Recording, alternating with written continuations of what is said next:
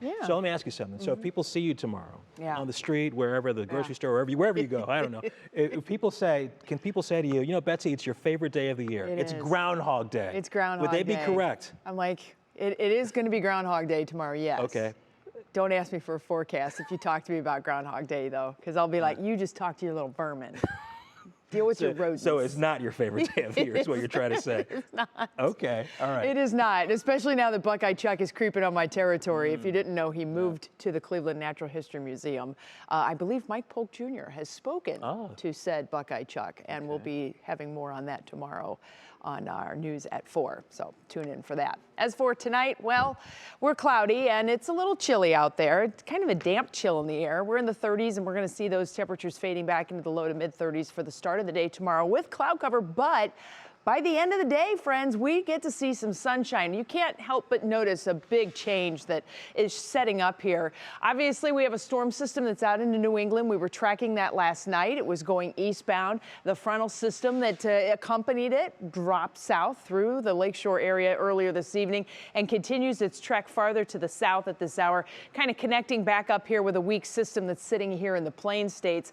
But all the clouds in southern Canada going from west to east and kind of curling around, that is a sign that we have high pressure that is building in, and that big old high pressure is going to move our way. You can see though this very light gray. Let's see if I can do this, like right about in here.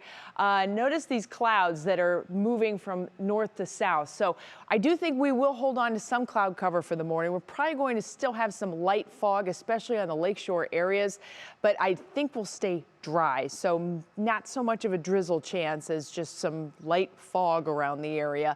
And as the day goes on, we are going to anticipate seeing the sunshine popping out for us once again. It's a dry radar sweep that doesn't always pick up drizzle, however, and you can see where we have the light fog that's already been forming across the area.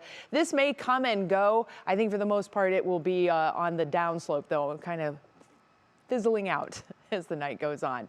30s across the lakeshore right now. Dover, friends, you are still sitting at 48 tropical degrees right now.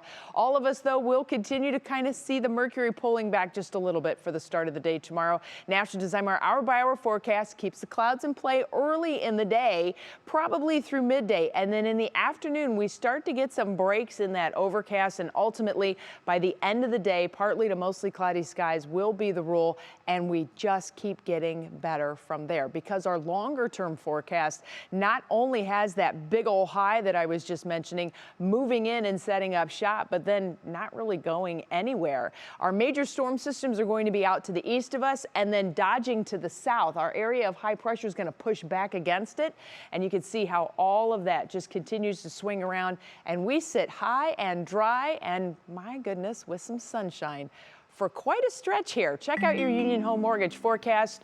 Clouds linger tomorrow, and then here comes our sun for the weekend with low 40s. We are going to stay relatively seasonable here, even a little bit above average for the start of the week next week. And the next chances for rain doesn't even arrive until next weekend. So it's a beautiful stretch of sunshine. I know you've been asking for it, and here it comes. And the groundhog has nothing to do with it.